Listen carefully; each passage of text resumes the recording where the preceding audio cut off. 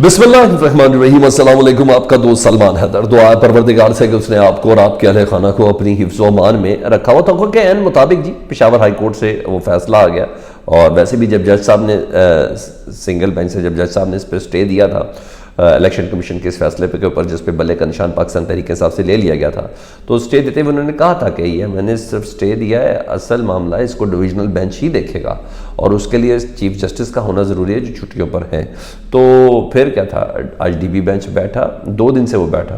पहले तो कल उन्होंने फैसला महफूज किया, फिर उनको याद आया कि दूसरी पार्टी को भी सुनना चाहिए, तो उन्होंने पाकिस्तान तहरीक इंसाफ के वकला को सुना, फिर फैसला महफूज किया और फैसला महफूज होने के बाद जनाब वो स्टे वापस ले लिया गया है सिंगल बेंच का। अब इलेक्शन कमीशन का फैसला बहाल हो गया है, यानी यूँ कहिए कि बल्ले का निशान एक बार फिर से, ये कलीमुल्लाह सलीमुल्लाह चल रहा है, एक बार फिर से छिन गया।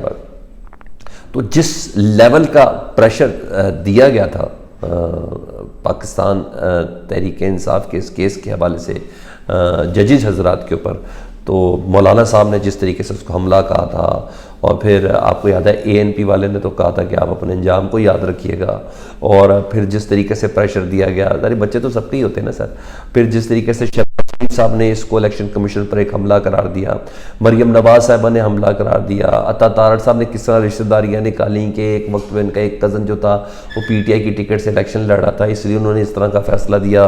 फिर अब भी एक कज़न है वो देना चाहता है। राना सनाउल्लाह की प्रेस कॉन्फ्रेंस, सर अपने ऊपर लें फिर बात करें। फिर आगे आपको बताऊँ सुप्रीम कोर्ट के चीफ जस्टिस सिक्योरिटी पे क्या कह रहे हैं, अभी वो भी मैं आपको बताता हूँ ना, फिर आपको समझ आएगी कि क्या चीज़ है। तो बहरहाल बड़े लिंक्स भी निकाले गए, इंतहाई लेवल पर जाकर ये प्रेशर डाला गया था। बहरहाल पाकिस्तान तहरीक के सामने कह दिया कि जो मर्जी कर लें, आपने बल्ले का निशान लेना ले लिया, आप इंतहाई लेवल तक चले जाएं, लेकिन हम किसी तौर पर भी इलेक्शन का बाइकआउट नहीं करेंगे। यही नहीं, उन्होंने कहा हम सुप्रीम कोर्ट में बल्ले के निशान के मामले पर जाएंगे और इसको चैलेंज करेंगे। तो डेफिनेटली कल वो चैलेंज कर देंगे, लेकिन वहाँ भी आपको पता है जस्टिस काजी फायज़ ईसा साहब बैठे हैं, और काजी फायज़ ईसा साहब को पता है पाकिस्तान तहरीक इंसाफ को बहुत सीरियस ले रहे हैं, PTI के मामले को वो बहुत ज़्यादा सीरियस ले रहे हैं। तो देखें इस दरख्वास्त को वो कब टेकअप करते हैं, क्योंकि एक बार कर लें टेकअप, क्योंकि टेकअप करना इसलिए ज़रूरी है क्योंकि 12 जनवरी को हर हाल में उम्मीदवारों को जो इंतखाबी निशान है वो देना ही देना है पार्टी ने, ठीक है। तो 12 जनवरी से पहले पहले ये लाट होने ही होने उम्मीदवारों को। तो दूसरी बात, बैरिस्टर गौहर साहब जो चेयरमैन है पाकिस्तान तहरीक इंसाफ के, उन्होंने कहा इससे हॉर्स ट्रेडिंग का रास्ता खोला जा रहा है, यानी हमारा आज़ाद उम्मीदवार आज़ाद हैसियत में जो खड़ा होगा वो जीतेगा, जीतने के बाद कोई भी पार्टी उसको ख़रीदने की पोजीशन पर आ जाएगी, उसको कोई ऑफ़र ज़रूर दे सकती है। उन्होंने यहाँ तक कहा चले बल्ले का निशान ना दें, हमें कोई और निशान दे दें, मगर वो देना नहीं है सर। वो अगर बल्ले का निशान के अलावा कोई और निशान भी दे दिया तो फिर PTI एक पार्टी डिक्लेयर हो जाएगी ना, तो इसको बहैसियत पार्टी निकालना है। प्लान में है कि पाकिस्तान तहरीक इंसाफ को बहैसियत पार्टी इलेक्शन से दूर करना है, क्योंकि जिताना आ गया ना, उनके पास है ही कुछ नहीं।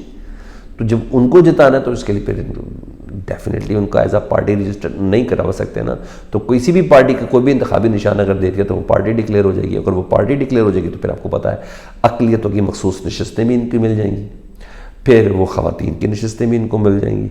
तो ये सब कुछ होगा, तो वो मकसूद ये है कि भाई इनको एज अ पार्टी डिक्लेयर नहीं होने देना, वो अहल हो जाएंगे। उधर इलेक्शन कमीशन ने आखिरकार अपना कारनामा अंजाम दिया, पर वो भी बड़े बोंडे अंदाज में दिया सर। इमरान खान साहब और फवाद चौधरी पर फ़र्द जुर्म आयद किए, जेल जाकर इलेक्शन कमीशन के हुक्काम जेल में गए और वहाँ जाके इमरान खान और फवाद चौधरी पर फ़र्द जुर्म आयद की, और बाकायदा समात कब होगी इसकी कोई तारीख नहीं। लेकिन हैरत इस बात की है कि जब फ़र्द जुर्म आयद की जा रही थी तो इमरान खान साहब के वकला भी उधर मौजूद नहीं थे। ये भी बड़ी मज़ेदार बात है, तो ये इधर भी चैलेंज हो जाएगा। बहरहाल टाइमिंग बड़ी अहम है।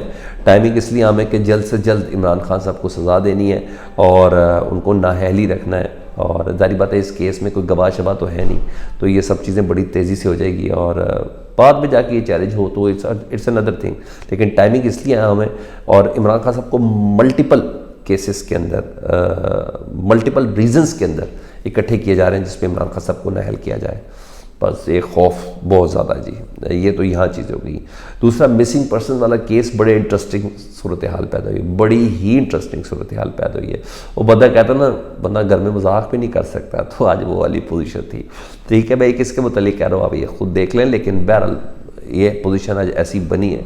शुएब शाहीन साहब आज आए जी मिसिंग पर्सन वाले उस केस पे जो एतजाज़ एहसन साहब की दरख्वास्त है। जब शुएब शाहीन साहब आए ना तो उन्होंने कहा सर चीफ जस्टिस साहब आपने कल कहा था कि इमरान रियाज खान का कोई बयान हल्फी तो नहीं आया ना कि मुझे जबरी गुमशुदा किया गया था, मैं गायब हुआ था, कोई बयान हल्फी आया तो हम बात करते। तो उन्होंने कहा सर कल इमरान रियाज खान से मेरी फ़ोन पे बात हुई है जी, और उन्होंने ये कहा है कि अगर अदालत यानी सुप्रीम कोर्ट मुझे गारंटी देती है कि मुझे सिक्योरिटी फराहम करेगी और मेरी जान को किसी किस्म का कोई ख़तरा नहीं है, तो मैं बता सकता हूँ कि मेरी गुमशुदगी जबरी थी कि मैं नॉर्दर्न एरिया में था। उन्होंने कहा मैं बता सकता हूँ, मैं आ जाता हूँ।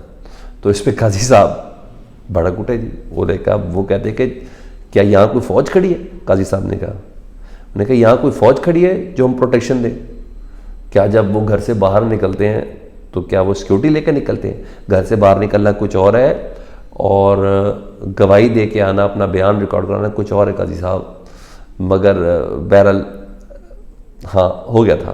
तो उन्होंने ये भी कहा क्या मैं रिटायर होने के बाद कोई तकरीर कर दूँ, मैं ये करूँ, बहुत कुछ था। तो बहरहाल शेख शाहीन साहब ने कहा सर हमने तो कहा भी नहीं था कि इमरान रियाज खान को हम बुला रहे हैं, उधर हम उनको पेश करना चाहते हैं, आप ही ने कल इसरार किया था।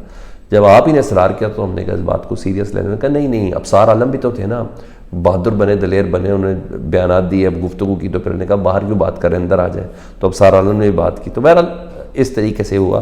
तो बहरहाल मैंने आपको बता दिया कि आज क्या पोजीशन थी सुप्रीम कोर्ट के अंदर। तो आज इमरान रियाज खान का पता चल रहा था सुप्रीम कोर्ट में कि वो भी कोई है, क्योंकि ये कहा जा रहा था ना कौन है इमरान रियाज खान। तो आज कम से कम सुप्रीम कोर्ट में ये हो गया। तो सिक्योरिटी इट मैटर्स। अच्छा दूसरा जी उधर ये है कि इंकशाफ एक और हुआ जी, और वो इंकशाफ ये हुआ है इसी केस के अंदर कि जावेद इकबाल साहब मिसिंग पर्सन का जो एक कमीशन था ना, साबिक जस्टिस थे जस्टिस जावेद इकबाल साहब अलमारूफ जी, वो भी उनको एज अ सरबराह बनाया गया था ना। और ये पता चला है कि पीपल्स पार्टी के दौर में सिर्फ 6 माह के लिए ये कमीशन बना था मिसिंग पर्सनस का, लेकिन अब तक ये मुसलसल खाबे उड़ा है। करोड़ों रुपए की इसमें तनख्वाहें ली जा चुकी हैं, सिर्फ 6 माह के लिए बना था। तो मतलब चेयरमैनशिप तो जस्टिस जावेद इकबाल साहब की जाने वाली है इस सिलसिले में। काश अदालत उनके हलक के अंदर उंगली डाल के वो पैसे भी निकाल लें जो मेरे और आपके टैक्स से है। तो बहरहाल ये पता चला ये 6 महीने के लिए कमीशन बनाया गया था पीपल्स पार्टी के दौर में, जो आज तक टू बी कंटिन्यू है। ठीक है, इन्होंने कितने मिसिंग पर्सन रजिस्टर किए, क्या है क्या नहीं, नोबडी नोस। ठीक है जी, यहाँ तो ये चीज़ चल रही। इलेक्शन कमीशन जी हाँ के मामले पर अगर मैं आपको बात करूँ तो इलेक्शन पर एक चीज़ और फैक्टर है जो बड़ी तेज़ी से बढ़ रही है, ये मैं आपको बताऊँ, ये असरअंदाज हो सकती है। वजारत सेहत ने बताया है कि कोरोना का नया वेरिएंट है ओमिक्रॉन। जी हाँ, ये दुनिया के कई ममालिक में पेनिट्रेट कर रहा है और इसमें एहतियाती तदाबीर इख्तियार करने की ज़रूरत है। मास्क पहनने के इन्होंने बाकायदा बता दिया जी। और महकमा सेहत ने बताया, उन्होंने कहा बरतानिया में केसेस आ रहे हैं। मुझे लगता है कि ये इलेक्शन पर असरअंदाज हो सकती है ख़बर, और ये वाला वेरिएंट मुझे ऐसा लगता है इलेक्शन के इनकाद पे नहीं, इलेक्शन पर असरअंदाज हो सकती है, टर्नआउट पर असरअंदाज हो सकती है। देखते हैं बरतानिया से कौन आता है जिसके बाद सब कुछ अल्लाह ना करे फैल जाता है। Let's see. फीडबैक से मुतालिक ज़रूर आगाह करें, अपना बहुत ख्याल रखें। चैनल देखें तो चैनल सब्सक्राइब कर दें। अल्लाहुम्मा सल्ली अला मुहम्मद व आले मुहम्मद।